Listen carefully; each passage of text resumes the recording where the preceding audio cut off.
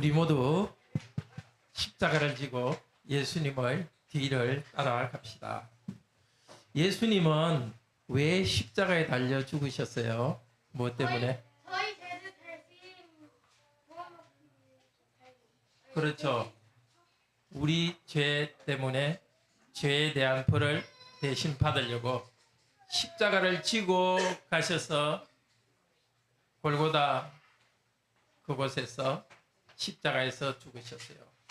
그런데 오늘 말씀해 보면 우리들도 모두 어린이 여러분들도 다 자기 십자가를 지고 예수님을 따라오라고 그래요.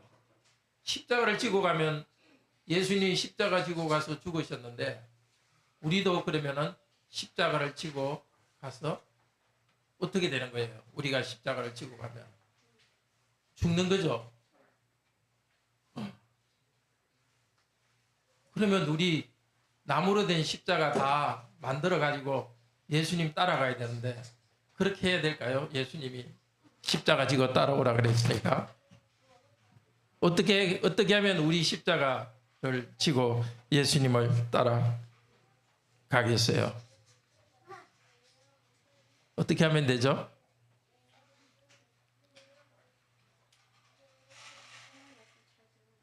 네, 하나님 말씀 잘 들으면 된다. 맞습니다.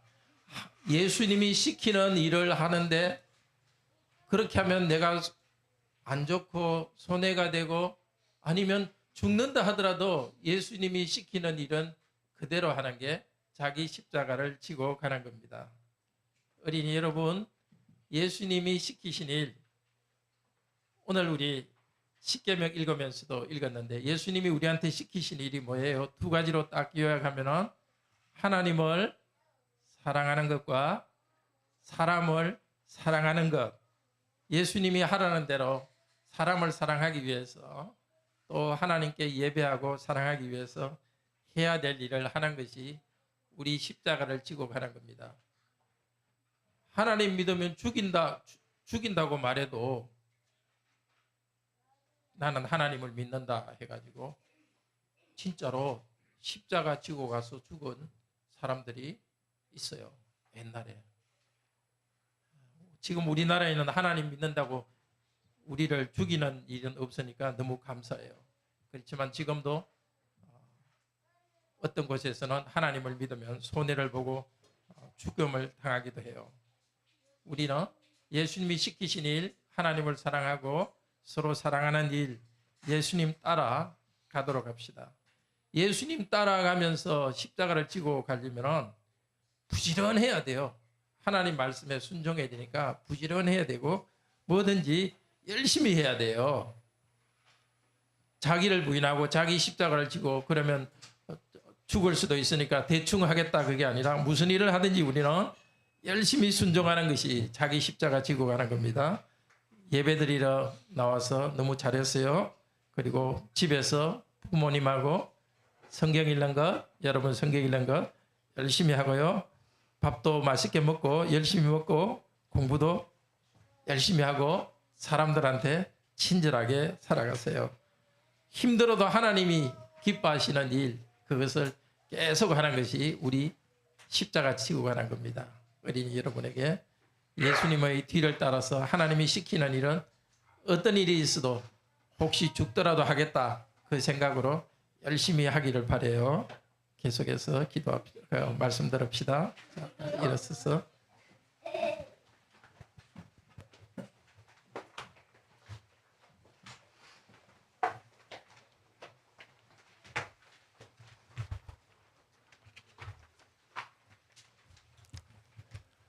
네, 십자가를 지고 가시는 예수님의 뒤를 따라서 우리도 자기의 십자가를 지고 따라갑시다.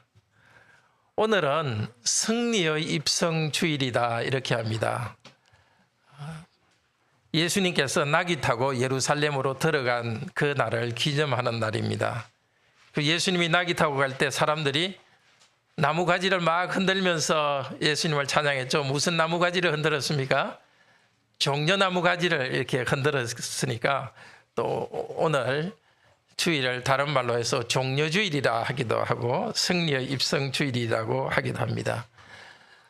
오늘 있는 금요일에 예수님께서 십자가에 달려서 돌아가신 것을 기념합니다. 그래서 오늘부터 한 주간은 고난 주간으로 예수님의 고난을 기념합니다. 예수님은 우리가 오늘 읽은 마가복음 8장 27절에서 제일 북쪽에 이스라엘 땅의 제일 북쪽에서 남쪽으로 제자들과 함께 걸어 내려옵니다. 10장까지 예수님께서 남쪽으로 여행하는 것이 기록되어 있습니다. 그때 예수님은 제자들과 군중들에게 아주 중요한 것을 가르쳤습니다. 내가 십자가에 달려 죽는다. 그리고 부활한다. 나의 제자들, 나를 믿는 여러분 모두도 자기 십자가를 지고 나를 따라오느라고 말씀하셨습니다. 예루살렘에 들어가는 것이 11장에 나오고 16장까지 마가복음을 통해서 예수님께서 십자가에 달려 죽으시고 부활하신 이야기가 계속됩니다. 우리 예수님은 지금은 몸은 하늘에 계시면서 신이시기 때문에 또 신의 능력으로 우리 가운데 예수님의 임재를 우리에게 주십니다. 지금 예수님께서 같은 말을 우리에게 하십니다. 십자가를 지고 가는 나를 따라서 너희들도 너희 십자가를 지고 나를 따라오라고 합니다. 첫째로 예수님은 십자가 지시는 그리스도이심을 믿읍시다. 오늘 27절에서 33절까지입니다. 둘째로 우리도 자기 십자가를 지고 가면서 예수님의 뒤를 따라가면서 영생을 얻습니다. 셋째로 자기를 부인하고 자기 십자가를 지고 예수님을 따라가는 구체적인 방법에 대해서 말씀을 들읍시다. 우리 각자에게 주신 십자가를 지고 예수님을 뒤따라가도록 성령께서 오늘 우리에게 말씀해 주시기를, 우리를 감동시키시고 변화시켜 주시기를 소원합니다. 첫째로 예수님은 십자가를 지는 그리스도이십니다. 이스라엘 가장 북쪽 빌립보 가이사랴의 마을들도 예수님께서 제자들과 함께 지나가고 있었습니다. 제자들에게 묻습니다. 사람들이 나를 누구라고 합니까? 그랬더니 어떤 사람은 예수님을 엘리야라고 하고 또 세례 요한이라고 말하기도 하고 또 선지자들 중의 한 사람이라고도 말합니다. 이 세 개 다 사실 선지자라는 뜻이에요. 사람들은 예수님을 어떤 하나님의 특별한 말씀을 가르치는 선지자로 생각했습니다. 여러분은 나를 누구라고 합니까? 제자들에게 묻습니다. 지금도 우리에게 묻습니다. 여러분, 관악교회 성도 여러분은 나를 누구라고 고백합니까? 베드로가 제자들을 대표해서 말합니다. 당신은 그리스도입니다. 정답입니다. 헬라어로는 그리스도고 히브리 말로는 메시아입니다. 메시아, 그리스도는 기름 부음 받았다는 뜻입니다. 구약에서 세 직분자들이 기름 부음을 받았죠. 어떤 직분들이었죠? 왕과 선지자와 제사장들은 기름 부어서 직분을 임명했습니다. 예수님께서는 왕과 선지자 제사장으로서 완전한 왕과 선지자 제사장으로서 우리들을 구원하시는 일을 하기 위해서 세상에 오신 그리스도입니다. 그런데 베드로가 대표해서 당신은 그리스도입니다 이렇게 고백했을 때 하나님 예수님께서 베드로를 많이 칭찬했다고 합니다. 마태복음 16장 17절에서 그렇게 말씀하셨습니다. 베드로야, 네가 참 복이 있다. 이것을 알게 한 것은 사람이 아니라 하나님이 이것을 너에게 알게 했다. 그렇게 정답을 맞췄다고 칭찬하신 예수님께서 베드로와 제자들에게 뭐라고 이야기합니까? 자신이 그리스도인 것을, 그리스도라는 사실을 아무에게도 알리지 말라고 하셨습니다. 왜 그렇게 말씀하셨을까요?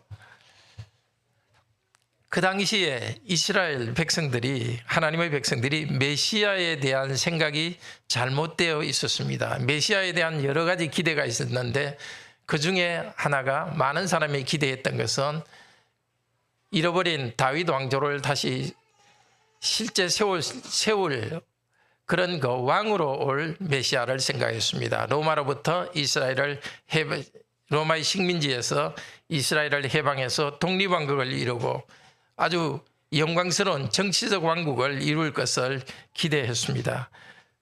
메시아에 대한 잘못된 기대가 사람들에게 쫙 펴져 있었습니다. 그런데 만약에 예수가 메시아다 이것이 알려지면 사람들은 예수님에게 로마로부터 이스라엘을 해방시키는 정치적 메시아, 사람들을 경제적으로 풍요롭게 해주고 그런 이 땅에 필요한 것들을 발전시키는 그런 왕이 될 것을 예수님에게 기대할 수 있었습니다. 그래서 예수님께서는 예수님에 대한 잘못된 기대가 생기지 않도록 이 소문을 내지 말라고 그랬습니다.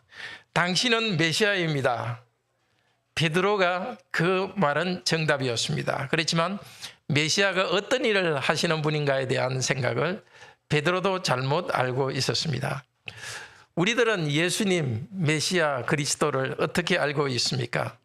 예수님을 믿으면 마음을 편안하게 해주는 그런 존재로 기대하고 있습니까? 이 땅에서 안락하게 살도록 이익을 얻게 하는 분으로 기대하고 있지는 않습니까? 예수님의 입으로부터 예수님이 어떤 메시아인지 다시 배우도록 합시다. 예수님은 자신을 고난받는 인자라고 소개합니다. 메시아라는 이름이 잘못된 기대와 연결되어 있기 때문에 예수님은 메시아라는 이름을 자신에게 쓰시는 것을 좀 꺼렸습니다. 대신에 예수님은 자신을 인자라고 소개합니다. 인자, 사람인 아들 자, 그 사람의 아들. 이 그 사람의 아들은 구약 다니엘서 7장 13절 14절에 나옵니다. 우리 한번 찾아봅시다. 구약 1245페이지에 다니엘서 7장 13절에서 14절.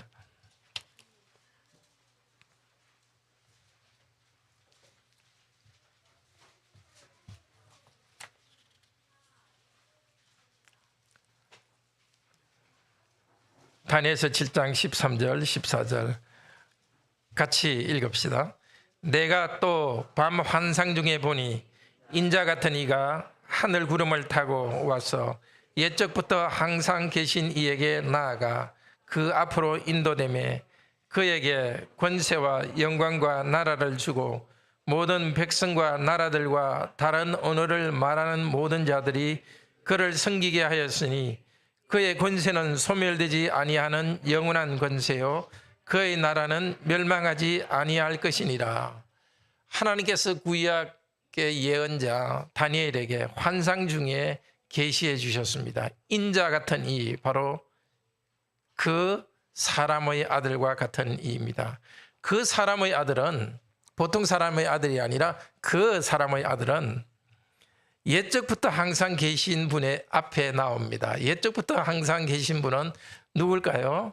옛적부터 항상 계신 분은 아버지 하나님입니다.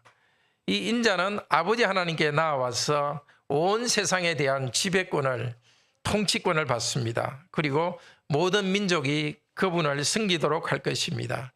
그러니까 이 인자는 말 단어의 뜻은 사람의 아들이지만 실제 여기 인자는 사람이 아니라 하나님과 같은 존재입니다. 이 인자는 오늘 본문 마가복음 8장 38절에서 아버지의 영광으로 거룩한 천사들과 함께 오실 분입니다. 예수님은 내가 바로 그 인자다. 하나님 아버지 앞에 나아가서 세상 통치권을 받고 모든 사람들이 나를 경배할 그 인자다. 그런데 그 인자인데 메시아라는 말을 통해서 소개하지 않고 인자라는 말을 통해서 소개하는데 인자가 할 일이 31절에서 말합니다. 이 영광을 받기 위해서 인자는 이 땅에서 할 일이 있습니다. 나 인자는 많이 고난을 받아야 한다. 장로들과 대제사장들과 서기관들에게 버림을 받아야 합니다. 장로들, 대제사장, 서기관들은 이스라엘의 국회인 사내들인 공회의 회원들입니다. 이스라엘 국회가 예수님을 인자를 버릴 것입니다. 하나님 나라 백성의 공식 기구가 버릴 것입니다. 그리고 죽임을 당해야만 합니다. 이 일이 반드시 일어나야 합니다. 하나님께서 그렇게 정하셨기 때문입니다. 그렇지만 인자는 죽음으로 끝나지 않습니다. 죽은 지 3일 만에 반드시 부활하셔야 됩니다. 그래서 예수님께서 배척당하고 죽임당하는 것을 예언하지만은 그것은 우울하지 않습니다. 예수님의 죽음은 부활을 향해서 나아가는 과정입니다. 죽으시고 부활하는 인자로서 예수님은 메시아입니다. 그리스도 일을 하십니다. 비로소 가르치기 시작했다 하는데 다른 말로 해서 가르치기 시작하셨습니다. 사람들이 생각하는 메시아가 아니라 하나님께서 세우신 메시아, 그 인자, 그 사람의 아들이 할 일에 대해서 가르쳤습니다.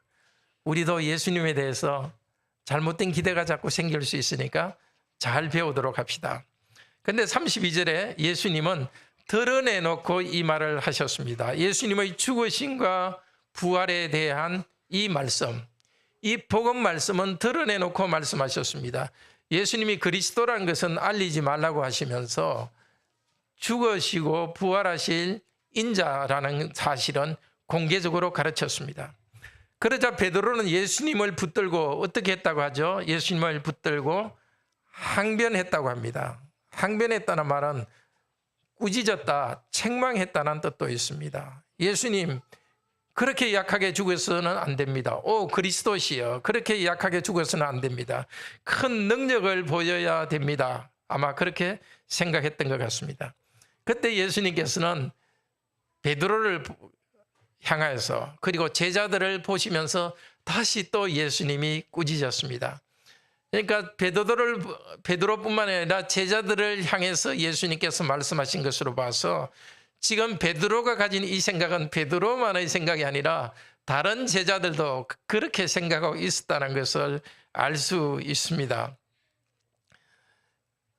사실은 예수님께서 내가 메시아라는 것을 알리지 말라고 경계했다 하는데 그 경계했다는 것도 꾸짖었다는 단어입니다. 그리고 같은 말로서 베드로가 예수님을 꾸짖었고 그러자 예수님께서 다시 베드로를 꾸짖었습니다. 이 두 가지 생각의 관점, 메시아가 하실 일에 대한 관점이 충돌이 있습니다.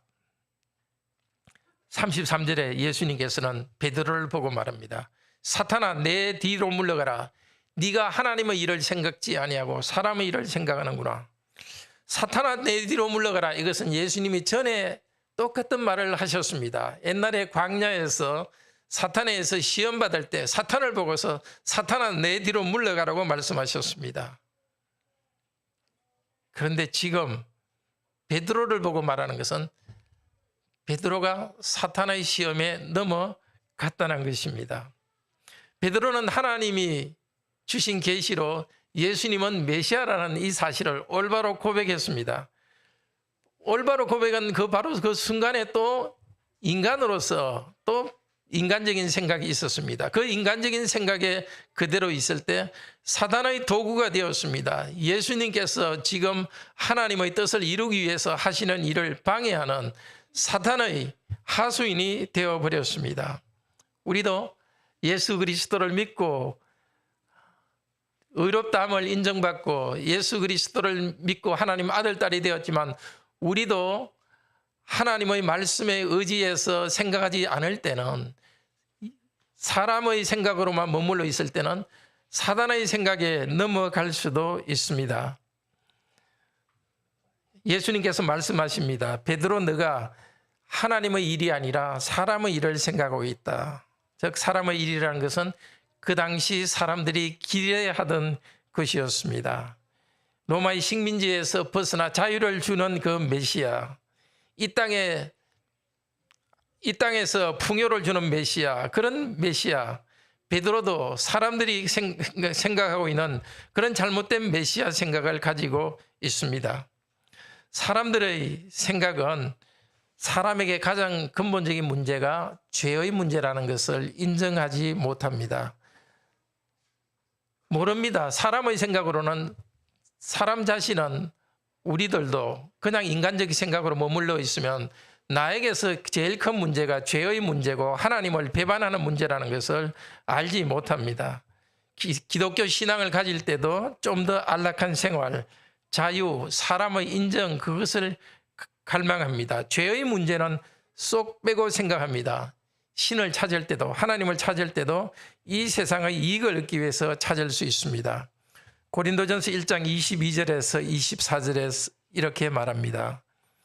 유대인은 표적을 구하고 헬라인은 지혜를 찾으나 우리는 십자가에 못 박힌 그리스도를 정하니 유대인에게는 그리끼는 것이요 이방인에게는 미련한 것이로되 오직 부르심을 받은 자들에게는 유대인이나 헬라인이나 그리스도는 하나님의 능력이요 하나님의 지혜니라.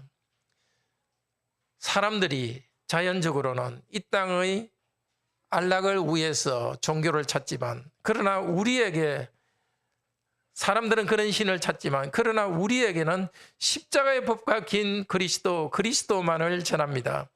우리에게 필요한 메시아, 우리에게 필요한 신은 십자가에 못 박힌 메시아입니다. 로마서 3장 23절에서는 이렇게 말합니다. 모든 사람이 죄를 범하였음에 하나님의 영광에 이르지 못하더니 그리스도 예수 안에 있는 성령으로 말미암아 하나님의 은혜로 값없이 의롭다 하심을 얻은 자 되었느니라. 예수님께서는 십자가에서 우리 죄에 대한 형벌을 대신 받았습니다. 이 예수 그리스도를 믿을 때 우리는 하나님의 벌을 받지 않습니다. 오히려 하나님께서는 우리를 의롭다고 인정하십니다. 우리 예수님께서 이루신 의로움을 우리의 것으로 인정해 주십니다. 이미 이 의롭다 하는 이 은혜를 받은 우리 성도 여러분, 참으로 여러분은 복된 자입니다. 계속해서 우리 죄를 위해서 십자가에 죽으시고 부활하신 예수님을 우리의 주님으로 모시고 받듭시다. 예수님은 드러내놓고 이 복음 말씀을 전하셨습니다. 32절에 그렇게 말합니다. 드러내놓고의 또 다른 뜻은 담대하게, 강하고 담대하게, 그런 뜻이 있습니다. 예수님께서는 이 복음 말씀을 전하실 때 다 전하셨지만 동시에 또 예수님께서 하신 것은 담대하게 이 복음을 전했습니다. 우리도 복음 앞에 담대하도록 합시다. 담대함은 두 가지 담대함을 가지도록 합시다. 첫째로 예수님을 믿고 담대하게 하나님 앞에 나아갑시다. 에베소서 3장 12절은 이렇게 말합니다. 우리가 그 안에서, 그리스도 예수 안에서 그를 믿음으로 말미암아 담대함과 확신을 가지고 하나님께 나감을 얻느니라.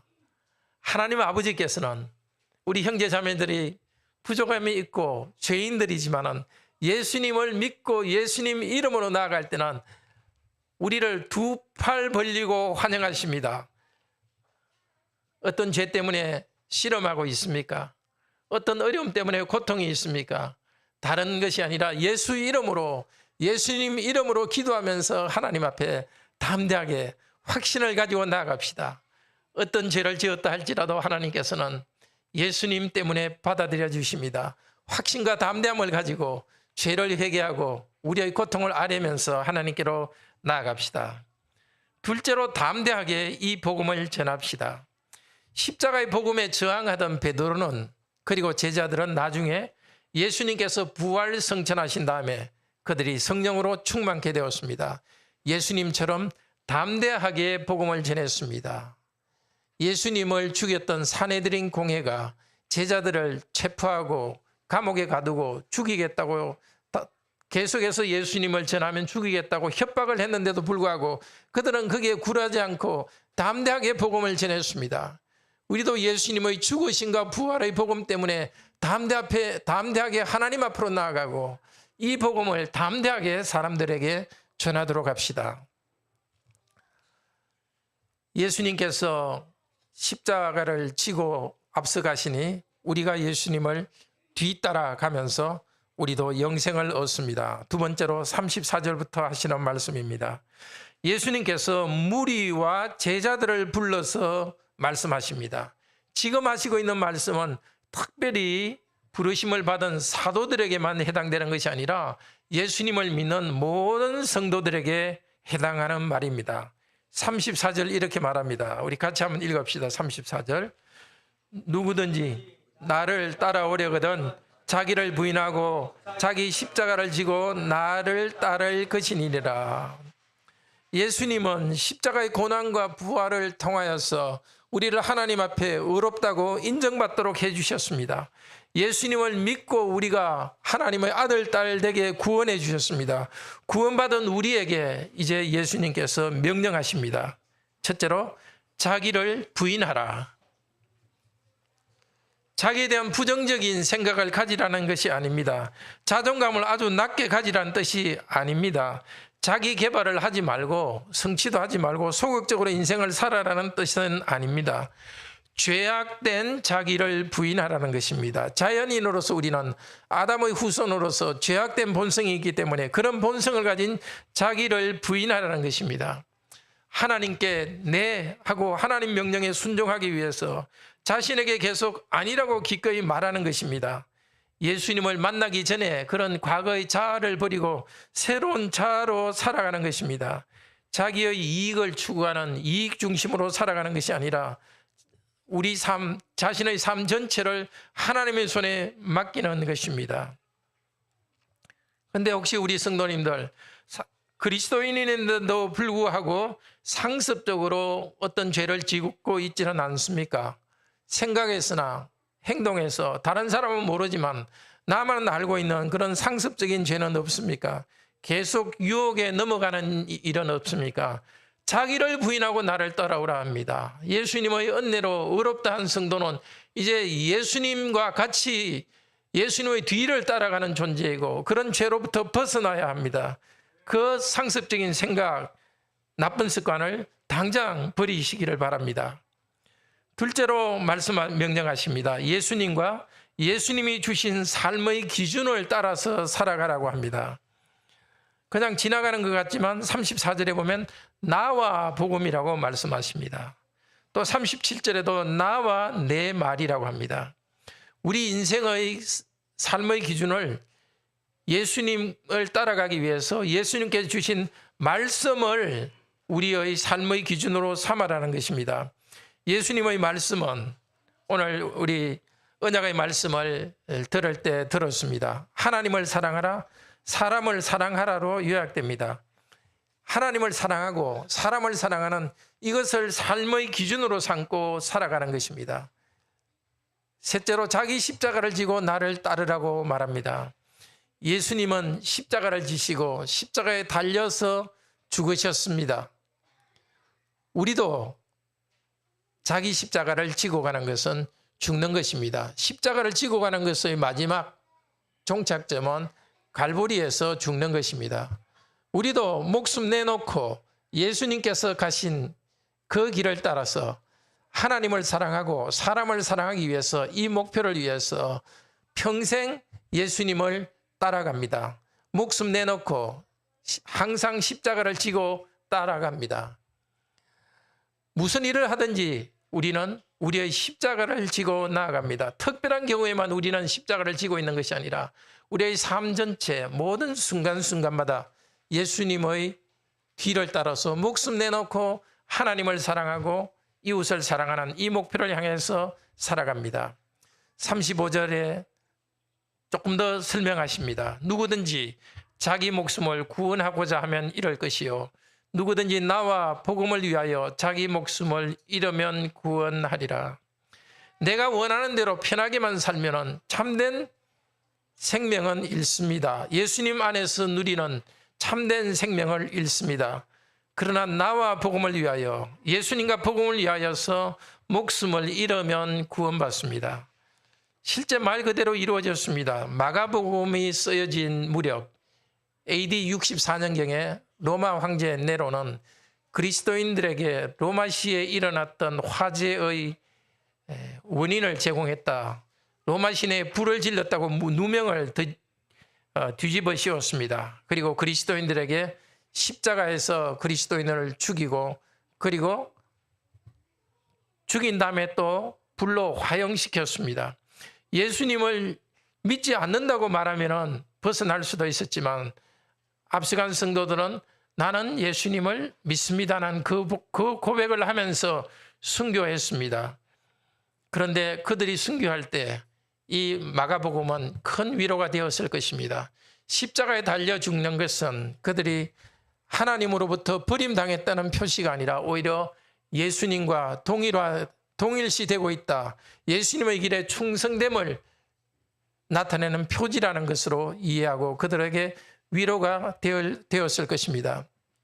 우리가 이때 이 세상에서 우리의 생명을 아무리 잘 돌봐도 아무리 많은 성취를 하더라도 결국 죽음으로 인생은 끝납니다. 사람의 목숨은 얼마간 이 땅에서 즐기도록 우리에게 목숨을 주신 것이 아닙니다. 세상에 너무 집착해서 사람이 태어난 목적을 망각하는 사람들이 있습니다. 우리 인생은 이 땅의 인생길이 끝난 다음에 영원히 하늘에서 사는 것이 목적입니다. 지난해도 우리의 사랑하는 성도들 두 분을 하나님께서는 급히 천국의 영광으로 환영해서 받아들여 주셨습니다. 이 땅의 인생길을 끝난 다음에 영원히 하늘에서 사는 것이 우리의 인생의 목적입니다. 38절에서 말합니다. 누구든지 이 음란하고 죄 많은 세대에서 나와 내 말을 부끄러워하면 인자도 아버지의 영광으로 거룩한 천사들과 함께 올 때에 그 사람을 부끄러워하리라. 음란한 세대, 이 음란한 이것은 구약 성경 이사야서 1장이나 에스겔서 16장, 호세아 2장 4절 같은 데 보면은 하나님의 백성이 하나님을 배반하고 우상을 섬기는 것을 음란하다고 합니다. 영적인 간음입니다. 이 세상에서 삼위 하나님을 믿지 않는 사람들은 자기가 원하는 좋은 것을 하면서 영적으로 음란하고 죄를 짓고 있습니다. 이런 이 세상에서 우리가 인정받는 것을 유일한 목표로 삼으면 우리도 따라갑니다. 우리도 하나님을 믿는 것으로부터 벗어나고 우리도 사람들이 죄를 짓는 것을 따라갑니다. 이 땅에서 성취하기 위해서 많은 돈을 벌기 위해서 좋은 학교에 들어가기 위해 가지고 하나님을 경배하지 않는 것은 음란한 일이요. 그것은 죄악된 것입니다. 그렇게 이 땅에서 영광을 얻기 위해서 성취하기 위해서 하나님을 예수 그리스도를 경배하지 않은 것은 하나님을 부끄러워하는 것이라고 말합니다. 만약에 이 땅의 성취를 위해서 하나님을 경배하는 것을 게을리한다면 우리 주 예수 그리스도께서 천사들과 함께 하나님의 영광으로 이 땅에 오실 때 예수님께서 우리를 모른다고 하겠다고 경고하시고 있습니다. 이미 사실은 예수 그리스도께서는 하늘 높이 승천하셔서 인자로서 하나님 보좌 우편에 앉으시면서 영광을 받고 있습니다. 땅에서 우리가 하나님을 인정하지 않고 예수님을 경배하지 않고 있으면 바로 이 순간 우리 주 예수 그리스도께서도 우리를 하늘에서 우리를 인정하지 않겠다고 말합니다. 경고하십니다. 그리스도를 따르기 위해서 손해와 수치를 당하는 것을 기쁘게 생각합시다. 9장 1절은 말합니다. 여기 서 있는 사람 중에는 죽기 전에 하나님의 나라가 권능으로 임하는 것을 볼 자들도 있느니라. 예수님께서 다시 오시는 그날을 기다리는 것이 너무 지치지 않도록 미리 이 땅에서 증거를 보여주겠다고 말씀하셨습니다.